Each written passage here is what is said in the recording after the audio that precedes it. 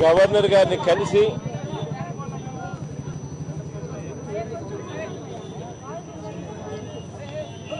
చిన్నాన విషయంలో నిన్న అత్యంత దారుణంగా జరిగిన అంశం మీద న్యాయం జరగాలి అని అంటే ఆ న్యాయం జరగాలి అని అంటే అది సిబిఐ ఎంక్వైరీ చేతనే జరుగుతుంది. చంద్రబాబు నాయుడు గారికి రిపోర్ట్ చేసే పోలీసుల అధికారుల చేత ఎంక్వైరీ చేయిస్తే ఏ రకంగా మాకు న్యాయం జరుగుతుంది అని చెప్పి గవర్నర్ గారిని అడగడం జరిగింది. గవర్నర్ గారికి చెప్పడం జరిగింది. మేము అక్కడ ఉండగానే ఎస్పీతోనూ డిఐజీతోనూ మాట్లాడుతూ ఉండగానే ఎస్పీకి ఫోన్లు వస్తాయి. ఆ ఫోన్ను కల్పిస్తూ ఉంది అడిషనల్ డీజీ ఇంటెలిజెన్స్ అని చెప్పి ఫోన్ మీద కల్పిస్తూ ఉంది. అంటే ఏబి వెంకటేశ్వరరావు గారు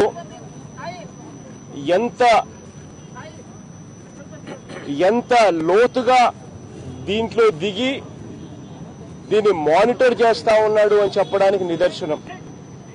ఇదే ఏబి వెంకటేశ్వరరావు గారు ఇంటెలిజెన్స్ డిపార్ట్మెంట్ అన్నది తెలుగుదేశం పార్టీకి వాచ్మెన్ డిపార్ట్మెంట్ గా మార్చేస్తున్నాడు. గ్రామాలలో సర్వేలు చేసి గ్రామాలలో వైఎస్ఆర్ కాంగ్రెస్ పార్టీ యాక్టివిస్టులు నాయకులు ఎవరున్నారు, వాళ్ళు ఎన్ని ఓట్లను ప్రభావితం చేయగలుగుతారు, వాళ్ళని ఎలా ప్రలోభపెట్టాలి అని చెప్పి ఏకంగా రిపోర్ట్లు ఇస్తా ఉన్నారు గవర్నమెంట్ చంద్రబాబు నాయుడుకు.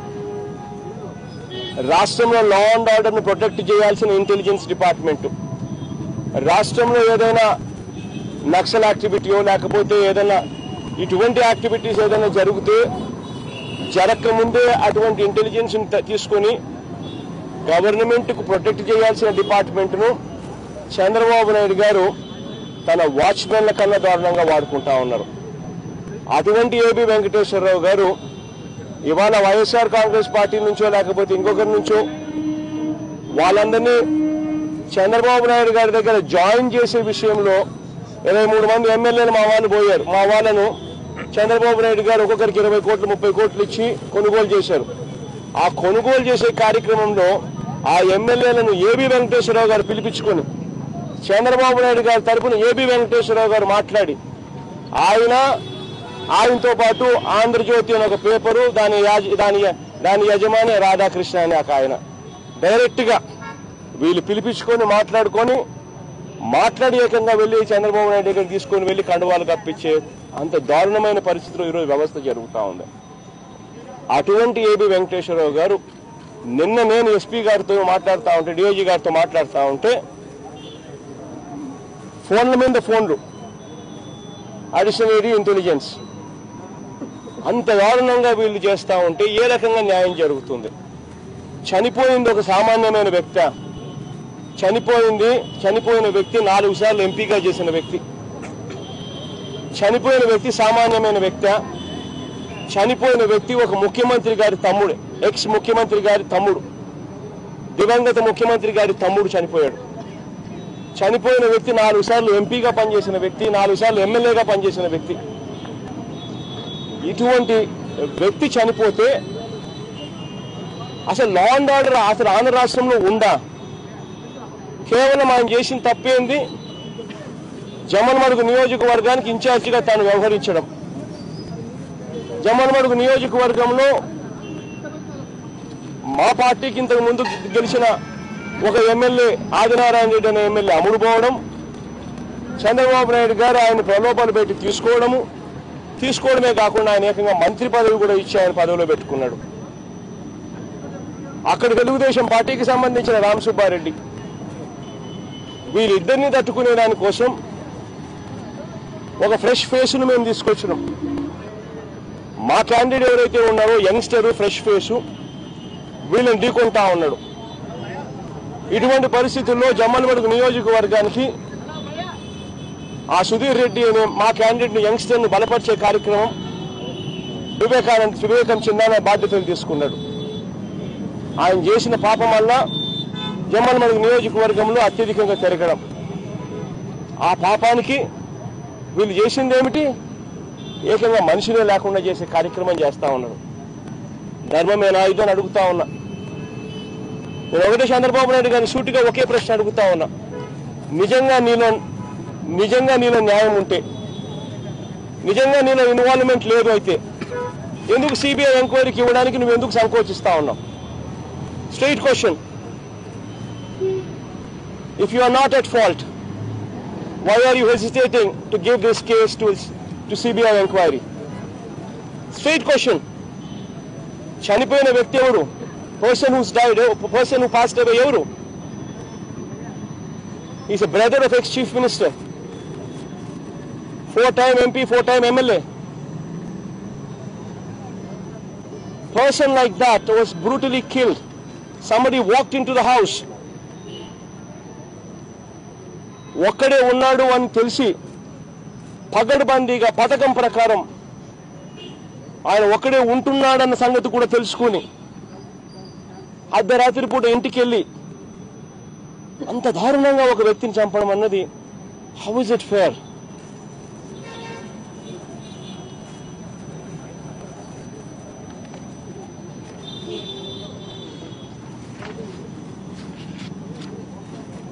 దీన్ని ఖచ్చితంగా ఎంక్వైరీ జరగాలని, సిబిఐ చేత ఎంక్వైరీ జరగాలని, చంద్రబాబు నాయుడు గారికి రిపోర్ట్ చేసే పరిస్థితి, చంద్రబాబు నాయుడు గారికి అత్యంత సన్నిహితులుగా ఉన్న డీజీపీని, ఈ అడిషనల్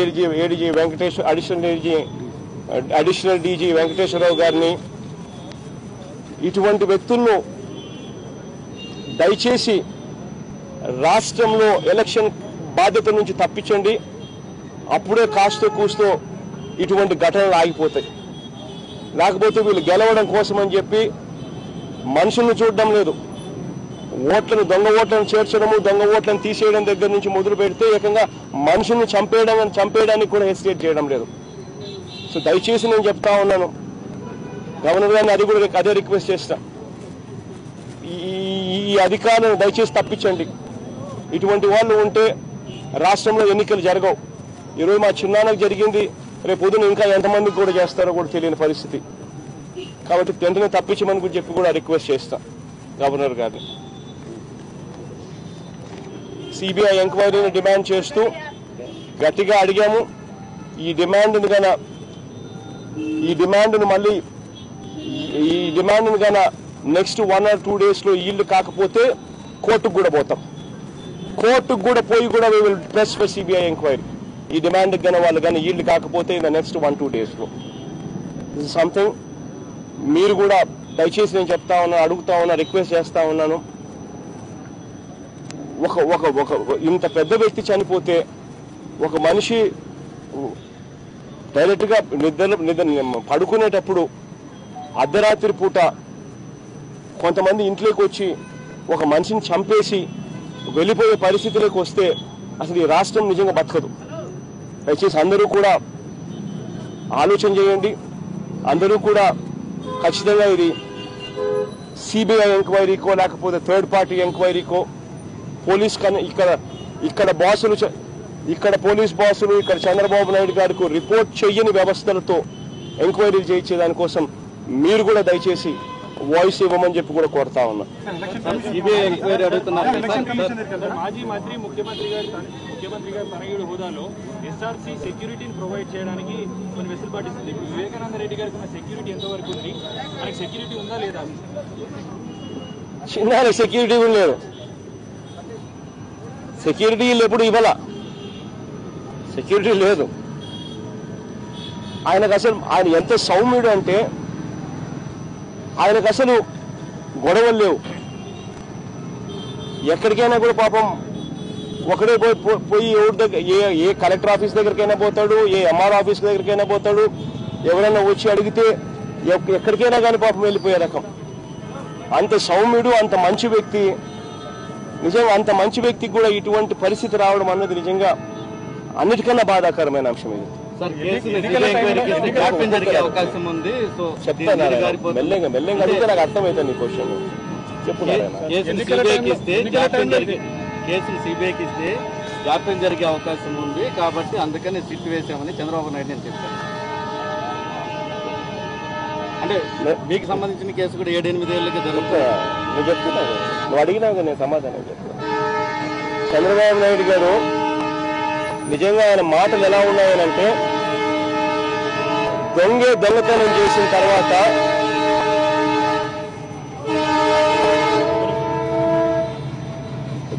దొంగతనం చేసి దొంగ దొంగ దొంగ దొంగ దొంగ అన్నాడట.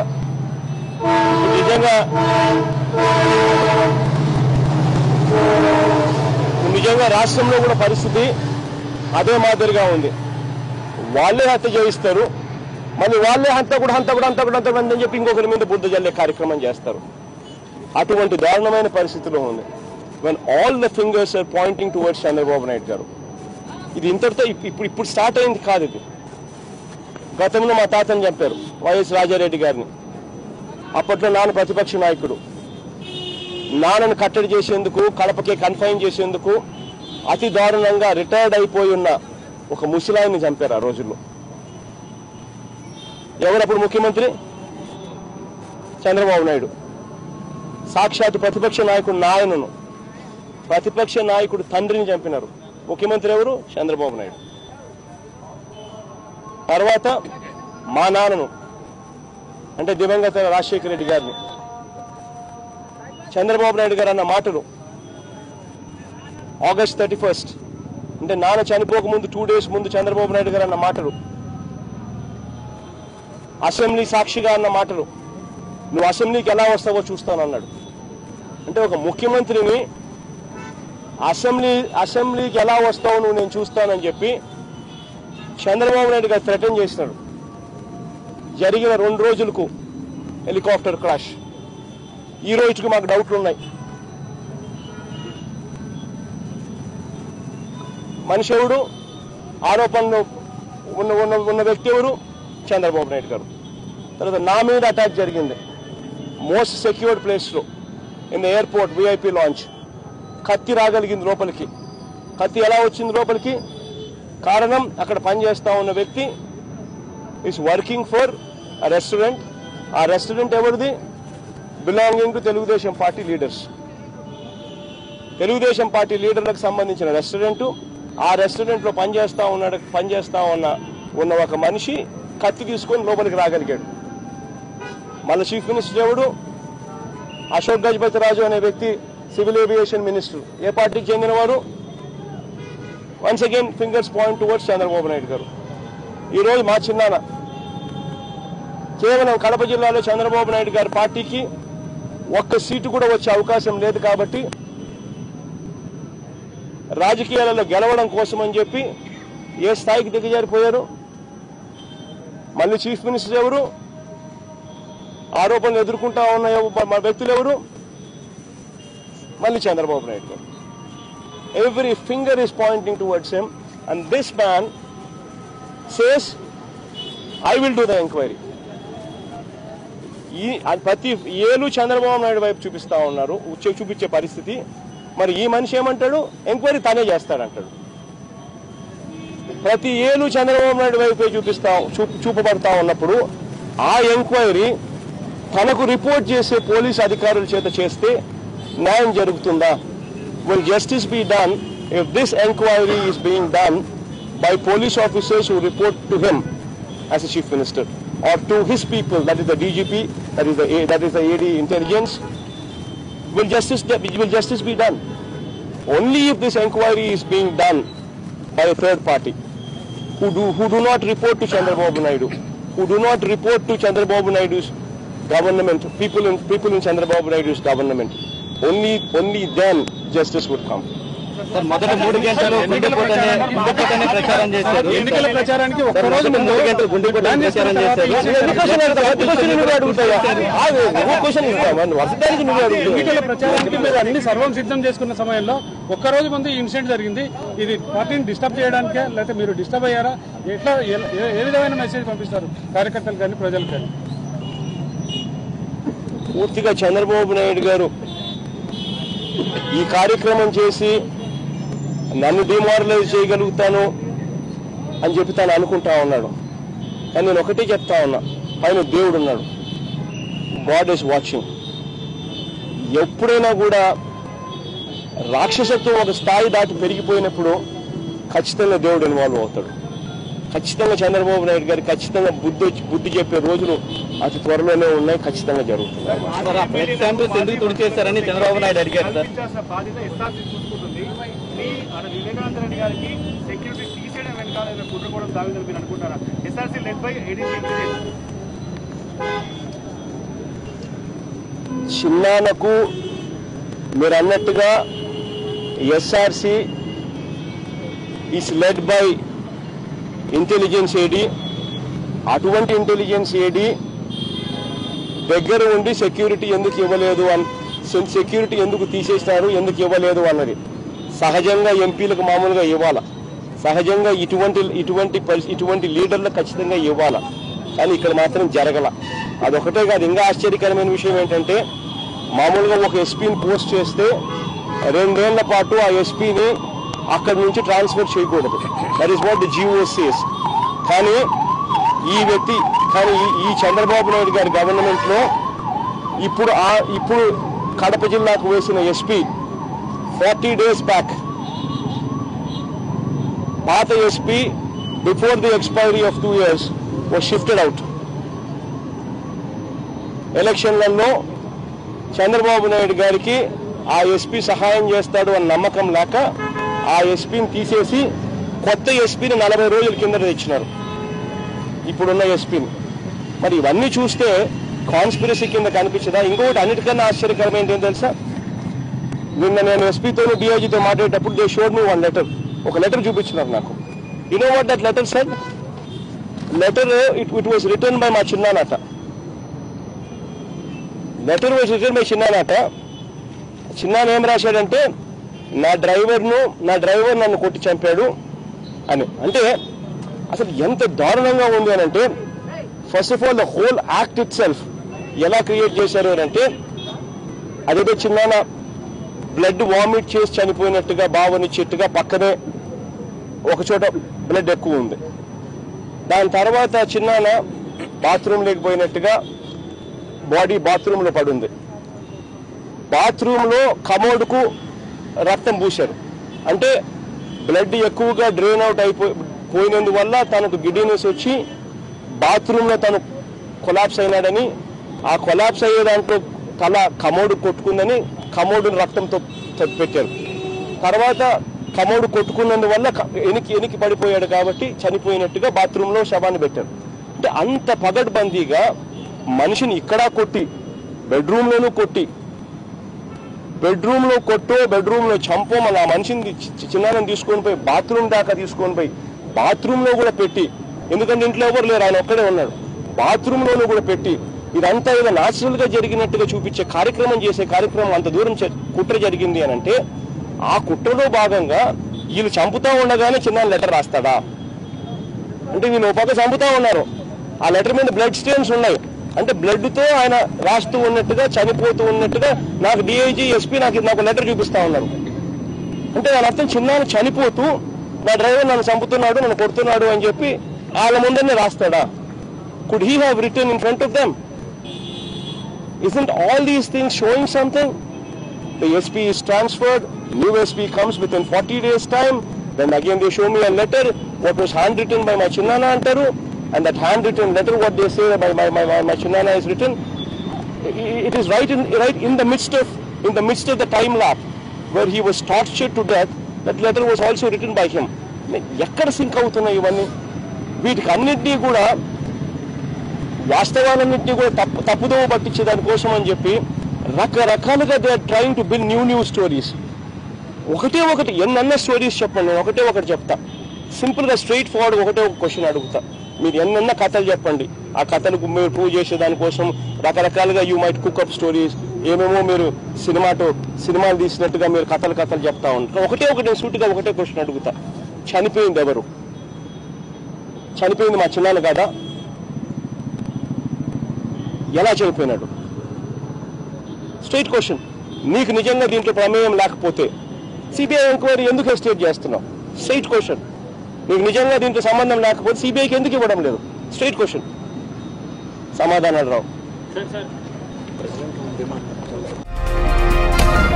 ఈ వీడియో కనుక మీకు నచ్చితే లైక్ చేయండి. మా ఛానల్ని సబ్స్క్రైబ్ చేసుకోవడం మాత్రం మర్చిపోకండి.